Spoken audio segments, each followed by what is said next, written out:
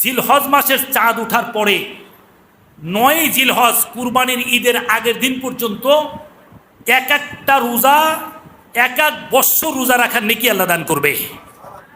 এক একটা রাতের ইবাদত সবে কদরের রাতের ইবাদতের সমপরিমাণ আল্লাহ তাআলা নেকি দান করবেন।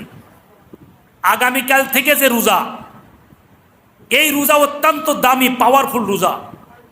নফল বললাম তো ৯টা, অর্থাৎ ১০ তারিখে আমাদের ঈদের দিন, সেদিন তো সকলের জন্য আল্লাহ তাআলার পক্ষ থেকে মেহমানদারি।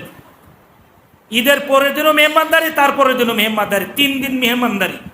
ঈদের পরে ৩ দিন, ঈদের দিন, মোট ৪ দিন, আর ঈদুল ফিতর একদিন। কয় দিন? ৫ দিন আল্লাহ তাআলার মেহমানদারি। এই ৫ দিন কোনো রোজা রাখা যাবে না। কিন্তু জিলহজ মাসের ১ম তারিখ থেকে নিয়ে ৯ তারিখ পর্যন্ত যারা রোজা রাখবে, যে কয়টা রোজাই রাখুক না কেন, এক একটা রোজা হলো এক এক বৎসর রোজা রাখার নেকি।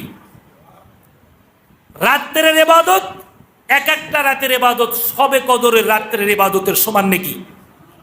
আল্লাহ তাআলা মাইকের আওয়াজ যতদূর যাইতেছে, মা বোনেরা এইগুলোর উপর খুব আমল করে।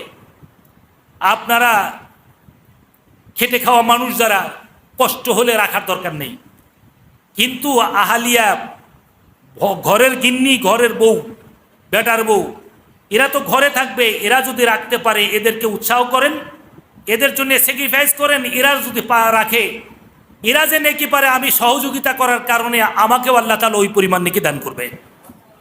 এই জন্যে এই দুটো ফজিলতের সময়, ফজিলতের দিন আমাদের সামনে আগামীকাল থেকে শুরু। আল্লাহ তাআলা আমাদের সকলকে আমল করার তৌফিক দান করেন। আল্লাহ আমাদের জন্য সহি শুদ্ধভাবে কুরবানি আল্লাহর জন্যে, আমাদের প্রিয় প্রাণীকে নজরানা পেশ করার জন্য আল্লাহ আমাদের তৌফিক দান করেন।